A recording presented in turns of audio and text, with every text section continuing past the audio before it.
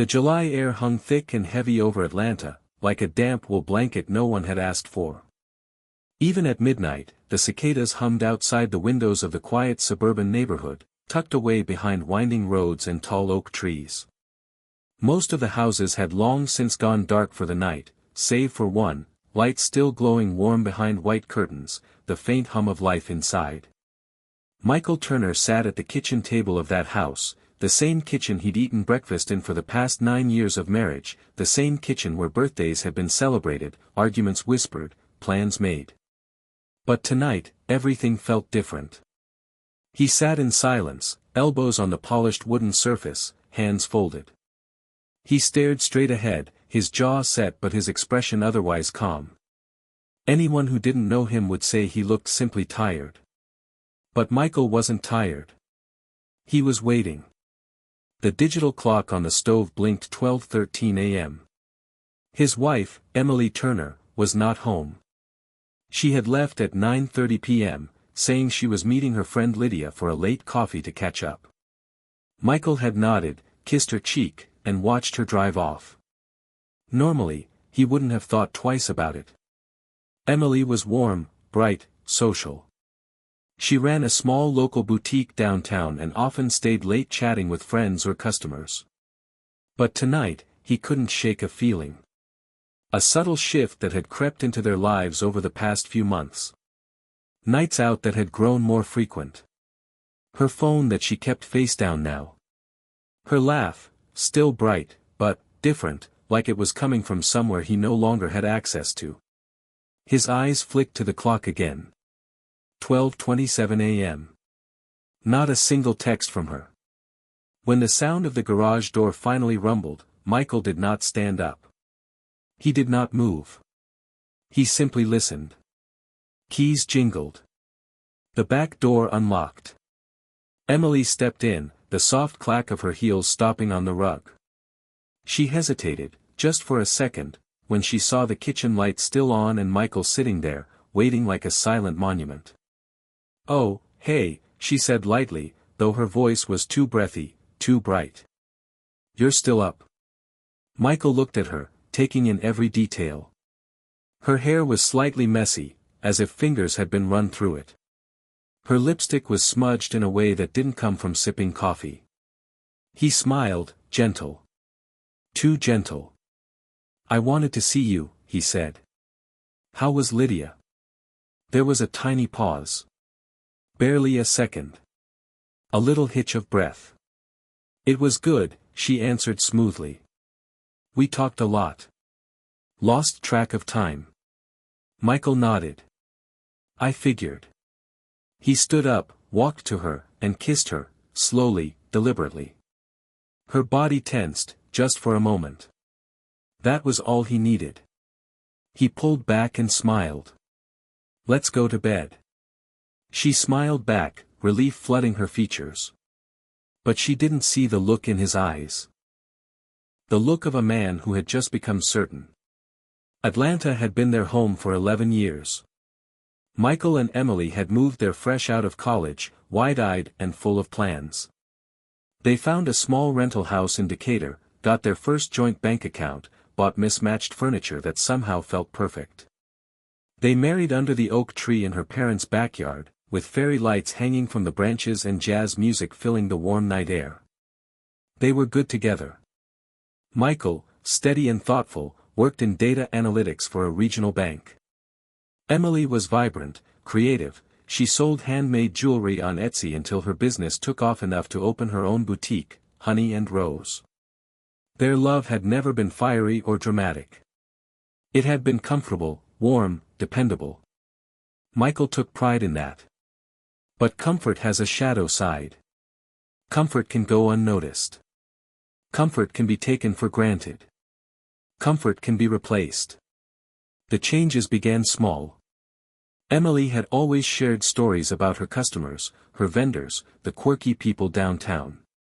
But one day, in late March, she started mentioning someone new.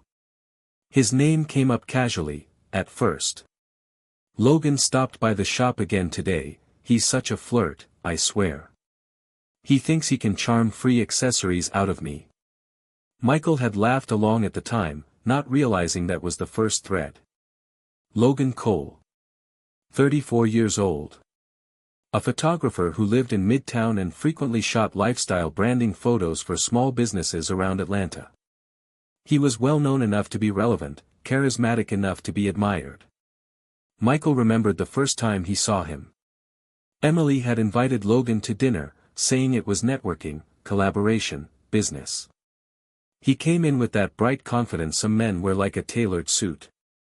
Tattoo sleeve. Easy smile. The kind of laugh that suggests the world had been generous to him. Emily had glowed around him. Not flirtatiously, not yet. But brightly. Michael had noticed. But he told himself he was imagining it. And so life continued. By May, Emily started working late at the boutique more often. Inventory. Website updates. Photo sessions for new product lines. Michael stayed home, cooked dinner, folded laundry, worked on spreadsheets. Their conversations became shorter. She smiled less at home, but more on Instagram stories. Michael stopped scrolling through her social media. It hurt too much. The turning point came in June. Michael had surprised her with lunch, her favorite salad from the cafe on Pryor Street. He drove downtown, parking just around the corner from her boutique, excited to see her smile. But when he reached the shop window, he stopped cold. Inside, Emily and Logan. She was laughing, head thrown back, the kind of laugh that came from somewhere deep. The kind that once had been reserved for him.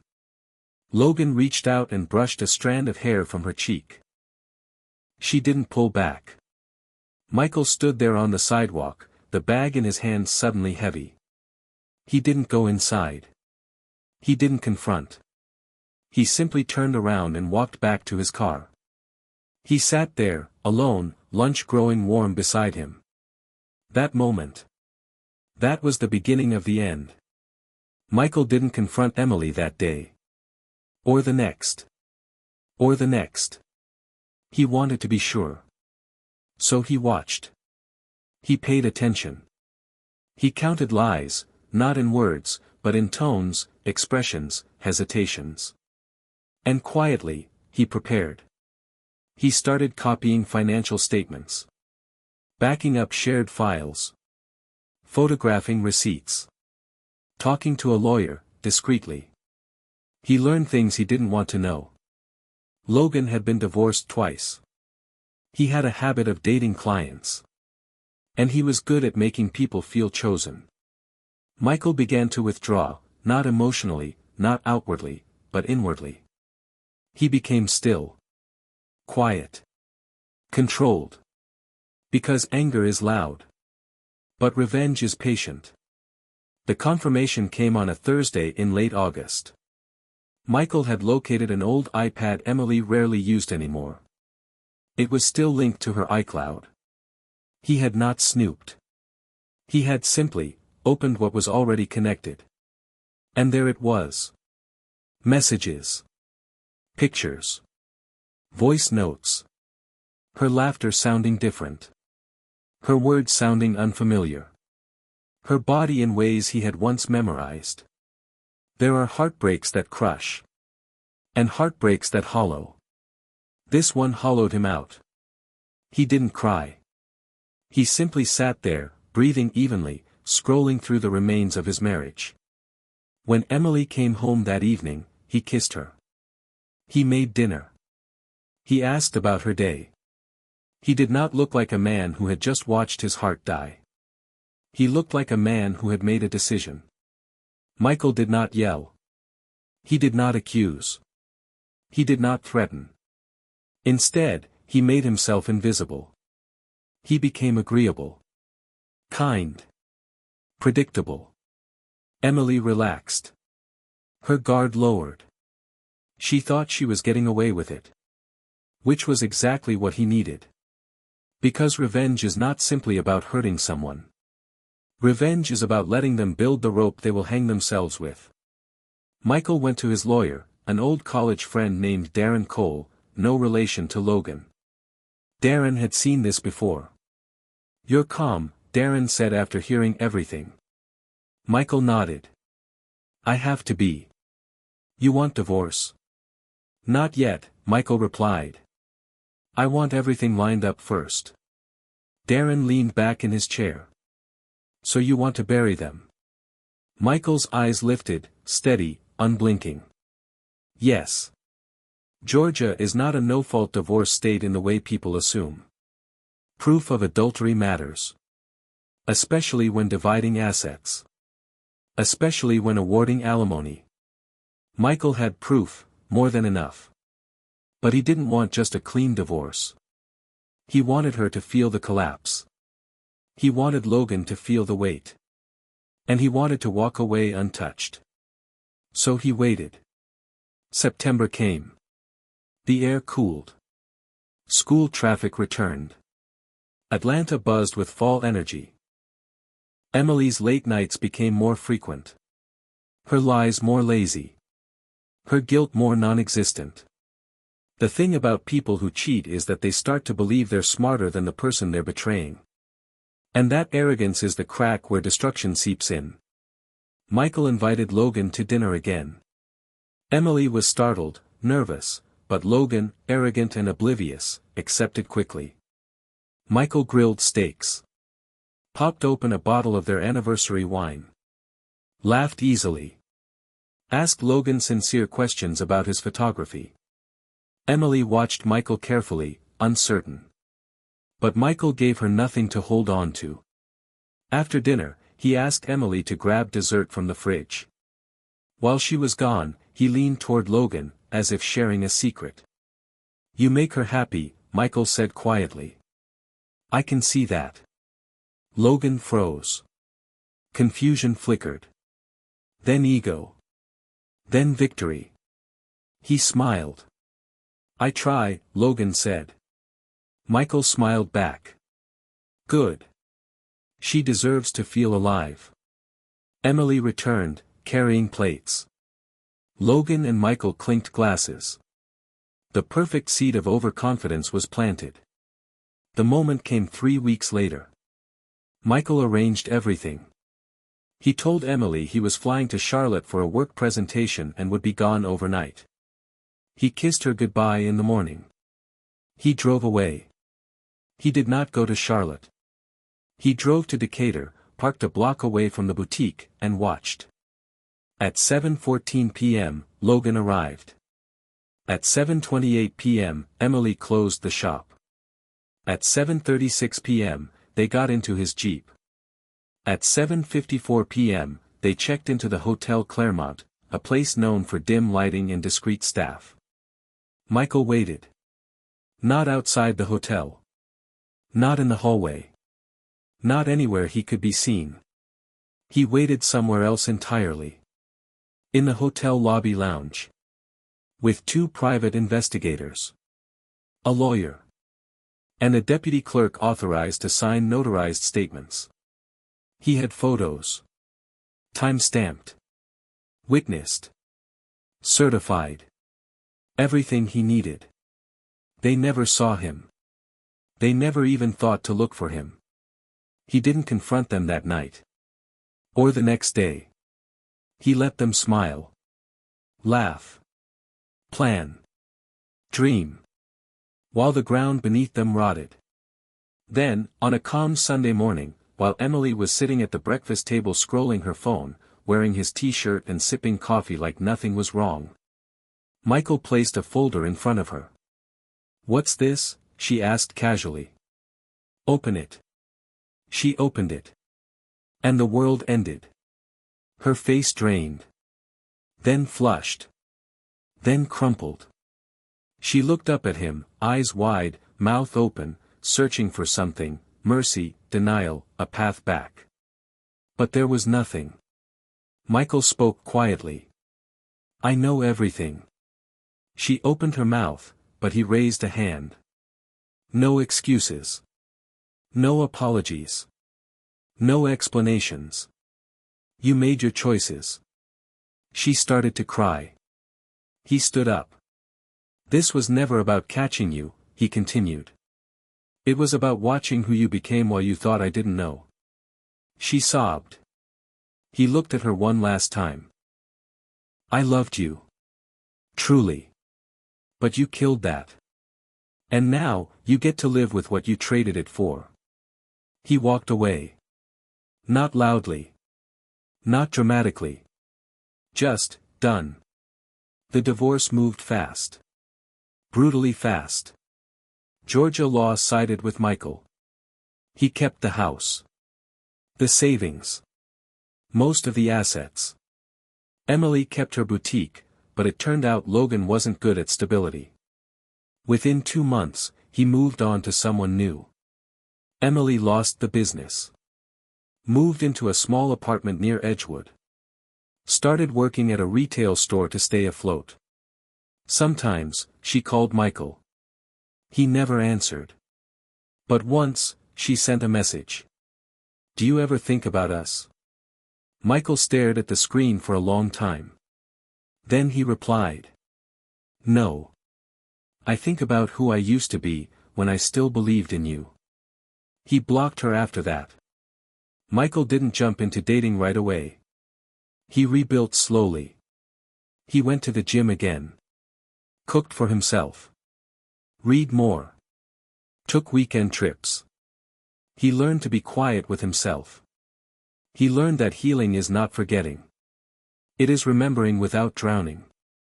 One afternoon, in late spring, he stood outside Honey and Rose, now closed, windows papered over. He didn't feel triumphant. He didn't feel triumphant at all. He simply felt free. He turned, walked to his car, and drove away. The cicadas hummed outside the windows of his new apartment in Midtown.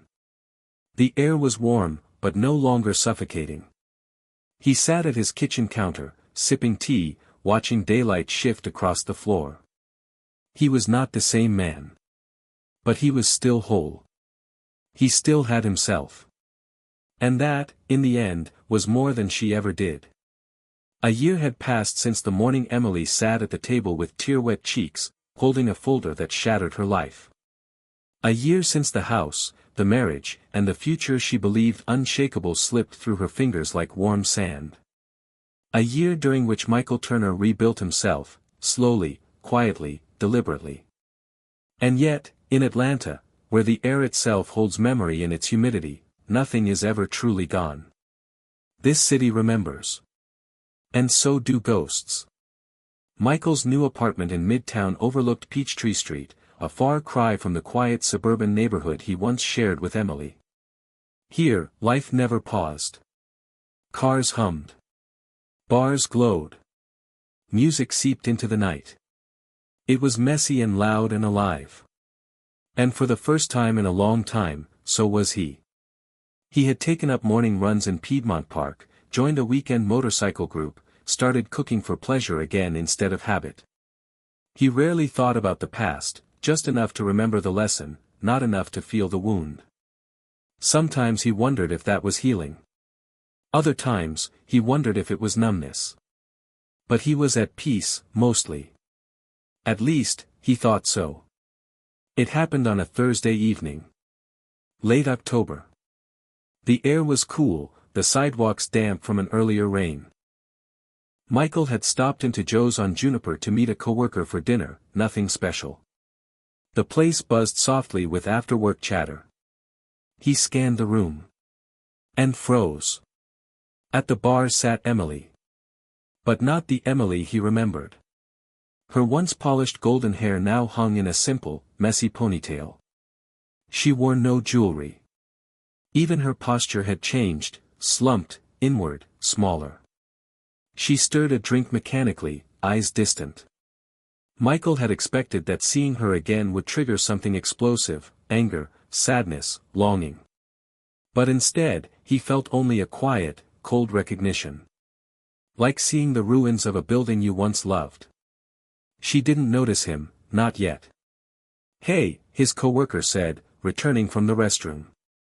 "You ready to grab a table?" Michael didn't answer. He took a slow breath, steady, practiced. Actually, let's go somewhere else, he said calmly. They left. He didn't look back. But she lifted her head half a second too late, just in time to watch the door close behind him. Her eyes widened. And her world began shifting again. 3 days passed before the text came. Emily. I saw you. I didn't know what to say. Michael stared at the screen a long moment. Then he replied. Michael. There was nothing to say. Silence. Then.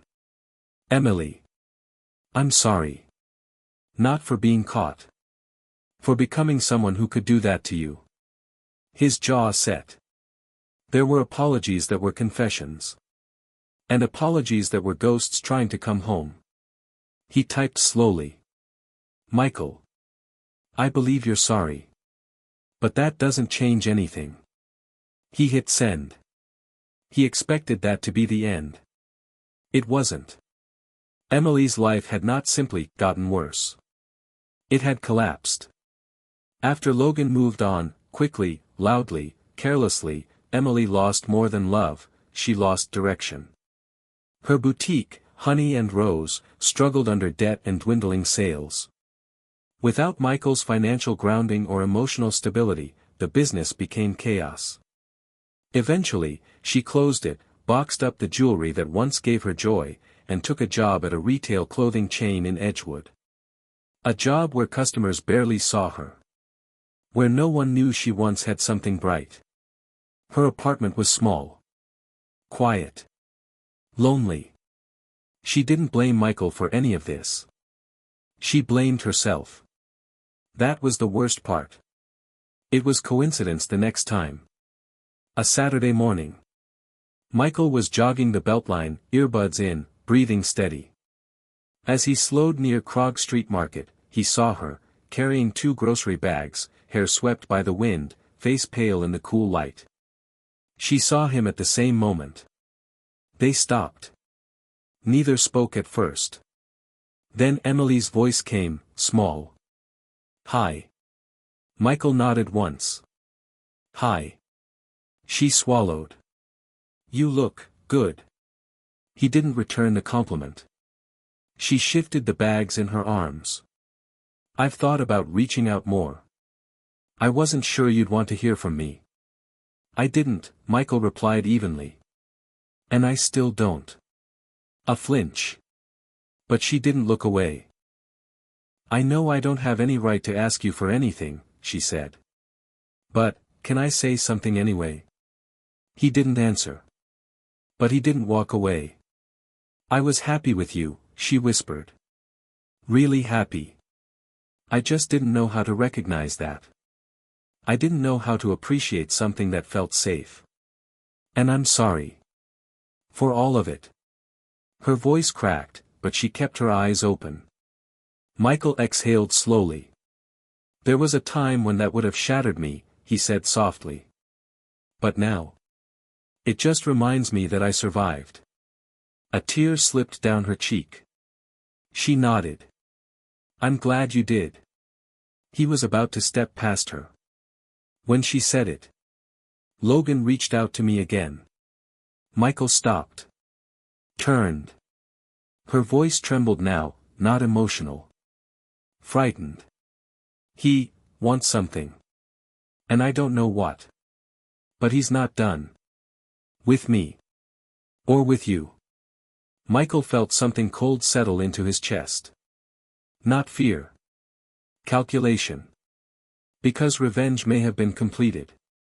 But unfinished business had a way of returning to the surface. Logan Cole had moved on, yes. But not to peace. His photography business was failing. His reputation had thinned. The clients who once swooned over his charm now whispered about unreliability, instability, broken contracts. His finances were strained. And Logan, for all his charisma, had a sharp streak of resentment. He didn't lose gracefully. And now, he wanted to blame someone, anyone, for the consequences of his own patterns. And the 2 people who reminded him of that failure, were Michael and Emily. Which meant the storm wasn't over. It was only changing shape. Michael didn't want Emily back. But he was not cruel. And he was not blind. Her fear was real. So he said only one thing. Tell me exactly what he said. She nodded shakily. And they walked together. Not like lovers. Not like spouses. Like two people who had survived the same fire, and now saw smoke rising again. They sat on a bench near the Beltline trail. The city moved lazily around them, joggers, dogs tugging leashes, cyclists weaving through, but their world had narrowed into a quiet, tense pocket of air. Emily's hands trembled slightly as she set down the grocery bags. She looked like someone holding glass fragments in her palms, carefully, afraid to bleed more. He called me last week, she began. From a new number. I almost didn't answer. Michael said nothing. He didn't need to. Silence from him meant keep going. At first he sounded normal. Like he was just checking in. Asking how I've been. She let out a short, hollow laugh. Like he didn't burn everything to the ground. Michael's expression didn't change. He watched her carefully, not with softness, not quite with suspicion, something between observation and memory. Then what? He asked. Her eyes lifted to his. He asked about you. A slow pulse of tension passed behind Michael's ribs. What about me? She swallowed. He said he's still sure you set him up. That you planned everything. That you manipulated the situation to make him look like the villain. Michael blinked once. No laugh. No scoff. I didn't need to make him look like anything, he said quietly. He did that himself.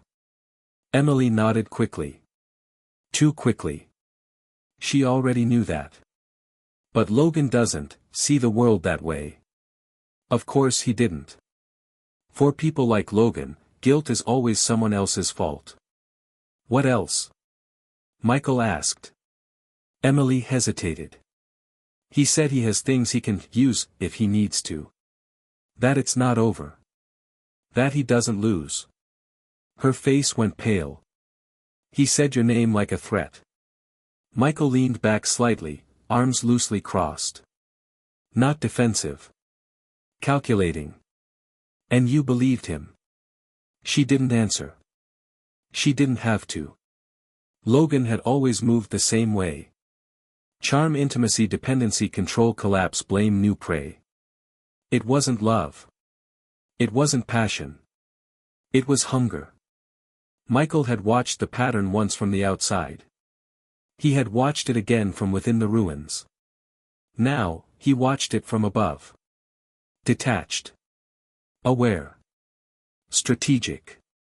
Emily, however, was seeing it clearly for the first time. He scares me now, she whispered. Not like, physically. But in how he says things. Like he knows where to press. Michael nodded slowly. Logan didn't use threats. He used invitations to fear. That's how abusers work, Michael said. They don't break you. They convince you to break yourself. Emily's eyes watered. She wasn't crying for Michael anymore. She was crying for herself. And that was new. She wiped her face with the back of her hand.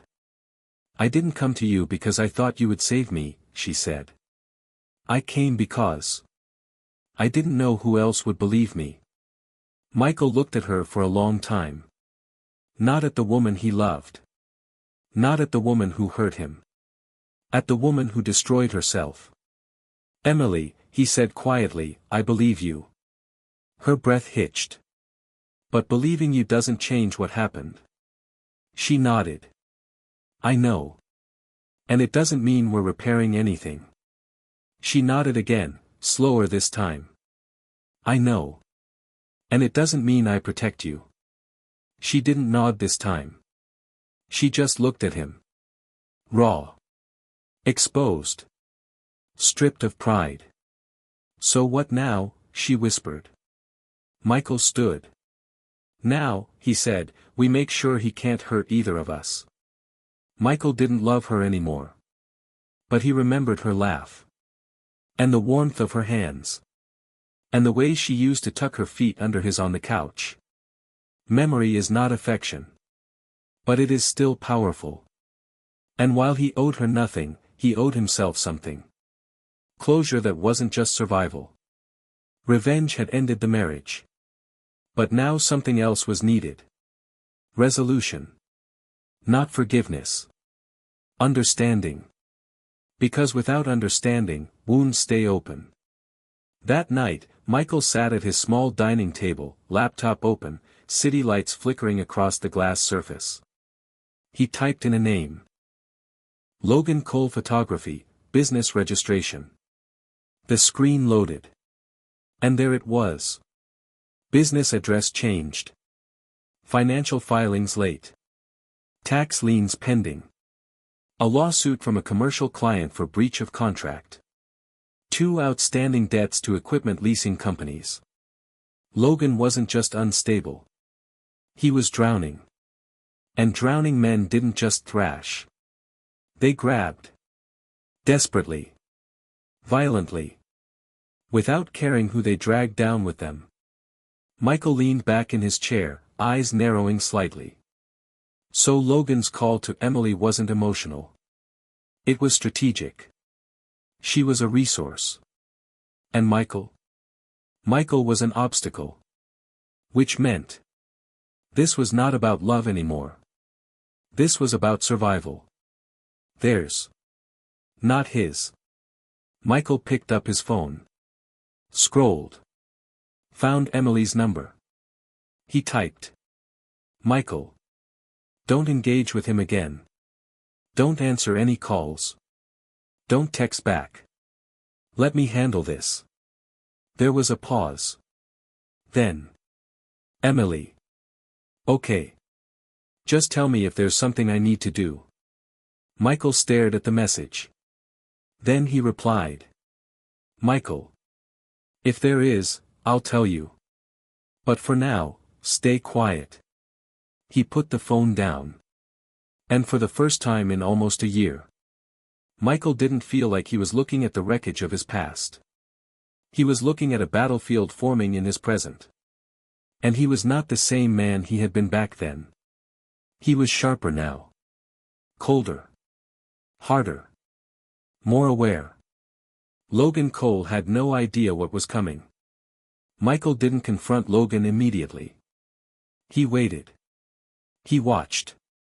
Revenge had taught him patience, and patience was a blade sharpened over time. He started with information. At Chattahoochee Coffee Company, where freelancers, photographers, and startup hopefuls came to look important over laptops, Michael sat by the window with black coffee and watched. He knew Logan would show. Not because of fate. But because desperation has patterns. Exactly 12:42 p.m., Logan walked in. Camera bag slung over his shoulder. New leather jacket that still had that artificial store crease sheen, the kind of purchase a man makes when he's trying to convince the world he's still winning. But his eyes were different now. Not bright. Not confident. Flickering. Sharp but hollow. Searching for recognition. For validation. For prey. Michael didn't look away. He didn't hide. He wanted to be seen. And eventually, Logan did see him. His steps faltered. His expression froze between surprise and something darker, resentment, envy, unfinished war. Logan approached the table slowly. Well, he said lightly, too casually. Didn't expect to see you here. Michael looked up, calm. You never expect much. That's your problem. Logan smirked, but the twitch in his jaw betrayed him. You look different, Logan observed. More. I don't know. Harder. Michael shrugged. Life teaches lessons. Must have been quite a year for you, Logan said, leaning on the back of the chair across from him. New apartment, new life, new everything. His eyes flicked, mock sympathy. Shame about Emily, though. I heard she's not doing too well. Michael didn't blink. You heard that from her? Logan's smile widened. Come on, man. She always comes back. They always do. Michael spoke softly. No. They go back to what broke them. Not what healed them. That landed. Logan's smirk faltered just enough. Mind if I sit, he said. I do, Michael replied simply. Logan sat anyway. Of course he did. Logan leaned forward, elbows on the table, wearing that same effortless charm he'd used to coil his way into Emily's life. So, let's not pretend. You think I ruined everything. You think I'm the villain. Michael nodded. You're not the villain. Logan blinked. You're the lesson, Michael finished. Logan laughed, loud, unhinged for half a second before he reeled it back in. Oh, that's cute, he said. You practicing speeches now? Self-help, therapy-level coping bullshit? Michael's voice remained level. Emily told me you contacted her. Logan's eyes sharpened. So she ran to you? Of course she did. That's what she does. Michael didn't respond. Logan leaned in, voice low. She told you I still have things. Things I could use. Michael didn't break eye contact. I'm not interested in negotiations. Logan smiled again, but now the edges showed teeth. You think you won last time. But you didn't. You just got lucky. That divorce thing. Timing. Circumstance. Momentum. He tapped the table. The universe moves in cycles. And guess what? He leaned closer, voice cold. Your cycle's coming back around. Michael's expression remained unchanged. Calm. Controlled. Almost, bored. Logan, he said quietly. Cycles only repeat when the person doesn't change. Logan opened his mouth. But Michael's next words landed like a quiet hammer. And I changed. Logan froze, just for a heartbeat. Michael stood. He didn't threaten. Didn't warn. Didn't raise his voice. He simply placed a business card on the table, his lawyer's. If you reach out to Emily again, you'll regret it. He walked away. But Logan's voice followed. Sharp. Tight. Splintered. You think she came to you because she wanted closure? Michael didn't turn. Logan's voice hit harder. She came because she's still yours. And she always will be. That night, Michael didn't sleep. Not from longing. Not from pain. But from calculation. Emily wasn't the problem anymore. Logan was. A man with nothing left to lose is dangerous. A man who thinks he's owed something is worse. Michael stared at the city lights through his window. He could walk away. He could block Emily. Ignore Logan. Let the past rot where it fell. But that wasn't who he was anymore. He didn't run. He didn't react.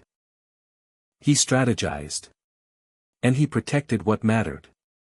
Even if that included someone who had once destroyed him. 2 days later. 8:16 p.m. A soft knock echoed against Emily's apartment door. She froze. Not because she expected someone. But because she knew who it was before she even looked. She pressed one eye to the peephole. Her chest tightened. It was Logan. No camera bag. No smile. Just standing there. Waiting. Not knocking again. Just waiting. The kind of waiting meant to seep under skin like poison. Emily's pulse hammered in her ears. She fumbled her phone. Her hands shook so badly she nearly dropped it. She didn't call the police. She called Michael. He answered on the first ring. Emily. Michael's voice came steady through the phone. Talk to me. Her breathing was uneven, shaky. He's here, she whispered. He didn't knock again. He's just standing. Michael didn't hesitate. Don't open the door. Emily stepped back from it, heartbeat pulsing in her throat. She'd seen that expression on Logan before, the stillness, the quiet stalking presence. That was the real him. The version without charm or laughter or smiles. The predator. Is the deadbolt locked? Michael asked. Yes. And the chain? Yes. Good. Michael's voice lowered. I'm on my way. 10 minutes. Emily nearly cried from the relief, the warmth of a voice that wasn't trying to take from her. But then. A knock. 3 slow, deliberate taps. The sound made her whole body flinch. Don't speak, Michael said sharply. Don't respond. But Logan spoke through the wood, low and disturbingly calm. Emily. We need to talk. Emily covered her mouth. Just open the door, Logan continued. 5 minutes. I just want to talk. That's all. Michael heard every word. He didn't raise his voice. He didn't panic. He simply said. Emily. Step away. Go into your bedroom. Close the door. Stay on the line. Emily backed away slowly, one step at a time, as if any sudden movement might provoke something on the other side. As she closed her bedroom door, she heard it. Logan's hand, not knocking now. Trying the doorknob. Michael didn't break traffic laws, but he came close. His jaw locked, hands tight on the steering wheel. Not frantic. Focused. He remembered how Logan had looked at the cafe, the crack in the persona, the slipping ego, the hunger to win again. This wasn't about Emily. This was about power. Michael turned onto her street and saw him immediately. Logan was still at the door. Not knocking. Not calling. Just standing there, forehead resting lightly against the wood, one hand flat against it, like he was listening to what breathed behind it. Michael parked the car. No rush. No sprint. He walked. Step by step. Silent. Controlled. Logan didn't hear him until Michael was only a few feet away. Then Logan turned. Their eyes met. Not hostile. Not emotional. Just 2 men standing in a narrow hallway of fate. Michael spoke first. Leave. Logan smiled, but it was damaged now. Splintered. Stretched too thin. I just wanted to talk to her, he said. No, Michael answered. You wanted to reclaim something you lost. Logan's jaw tensed. You think you own her? You think you get to play the protector now? Michael stepped closer. Their faces were only a breath apart. No, he said quietly. I think I get to tell you when to stop. Logan laughed once, short, bitter. You know what the difference is between us? He asked. I take what I want. You wait for it. Michael didn't blink. That's why I still have something left. Something changed in Logan's expression at that. A crack. Pain. Loss. Fury. He stepped forward. And Michael raised his voice, just enough. Emily already called the police. This was a lie. But it was a believable lie. A strategic lie. Logan froze. His breathing slowed. Then sharpened. He stepped back. Then another step. And without a word. He turned and walked down the hall. Michael waited until he was gone from sight before knocking gently on Emily's door. It's me, he said. She opened. She didn't fall into his arms. She didn't cry. She didn't beg. She just stood there. Small. And tired. And human. Michael looked at her, really looked. And for the first time in a year, there was no resentment left. Just history. And choices. They sat on the edge of her couch. Not touching. Not avoiding. Just two people who shared scars. Emily's voice broke the silence first. Why did you come? Michael looked at her. Because you called. That made her eyes well, not dramatically, just the smallest shimmer. Michael. I'm not asking for anything.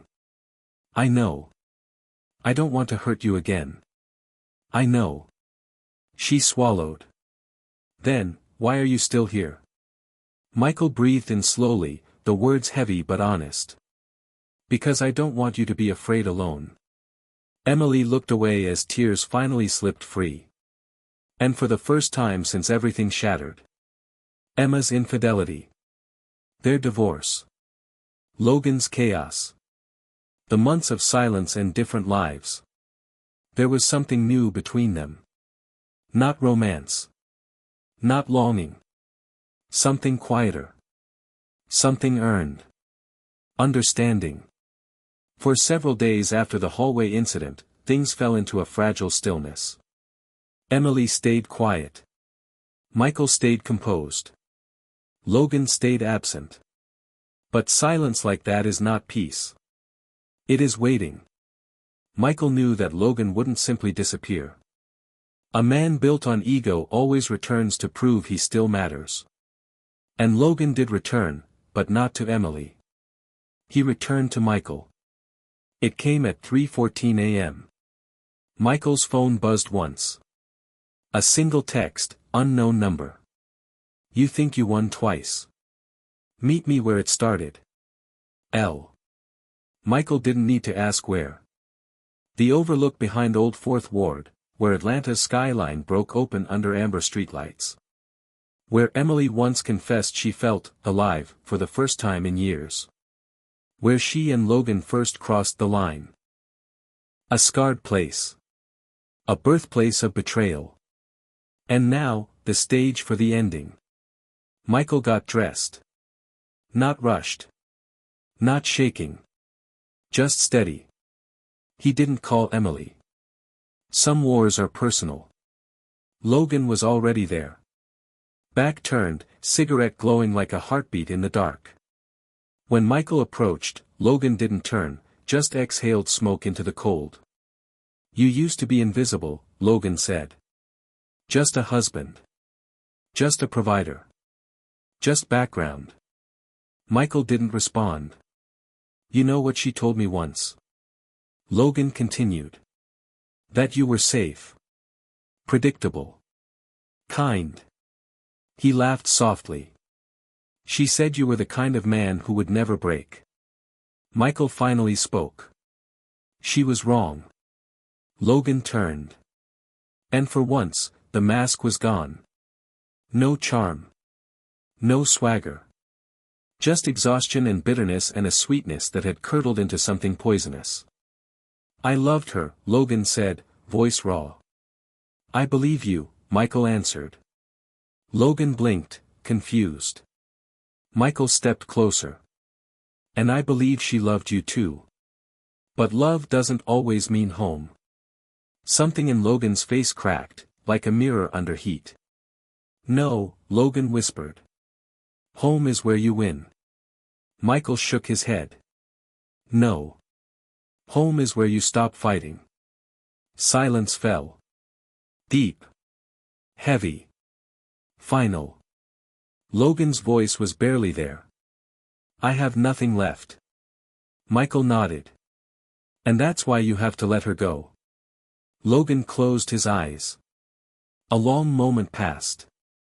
Then he stepped back. Not toward Michael. But away. He didn't threaten. He didn't scream. He didn't break further. He just walked into the darkness, swallowed by streetlights and quiet air. Just like that. The war ended. Not with violence. Not with triumph. But with surrender. Sometimes the worst punishment is reality. Michael didn't go back to Emily that night. He didn't knock at her door. He didn't call. He didn't ask for anything. He just let her sleep. The next morning, he came by with coffee. They sat on the steps outside her building, watching early joggers and dog walkers move through a city that didn't care about heartbreak. Emily spoke first, softly. "Is it over?" Michael nodded. "Yes." She exhaled, long and trembling. "Then. What happens to us now?" Michael looked at her, really looked. At the woman he had once loved. At the history between them. At the scar they both carried. And he answered with complete honesty. "We don't go back. We don't rewrite anything. We don't pretend we didn't break." Her eyes shone, not grief this time, but acceptance. "But we can heal," he said gently. "Separate," Emily whispered. "Healthy," Michael corrected. Emily wiped her cheeks and smiled, small, tired, real. "Thank you," she said. "For what?" "For not hating me forever." Michael stood. "Some love doesn't die. It just stops living with you." She nodded. And that was the goodbye. No hug. No kiss. No second chance. Just closure. A clean ending where once there was chaos. Michael sat at a different cafe now. Different city, Charleston, near the water. He worked remotely. He ran in the mornings. He slept well. He didn't avoid memories. He just didn't live in them anymore. Sometimes, when the summer air smelled like Emily's perfume or when he passed a photography exhibit, something would flicker in his chest, not pain, not longing. Just history. He had loved. He had lost. He had healed. And he was alive again. Not bitter. Not hardened. Just whole.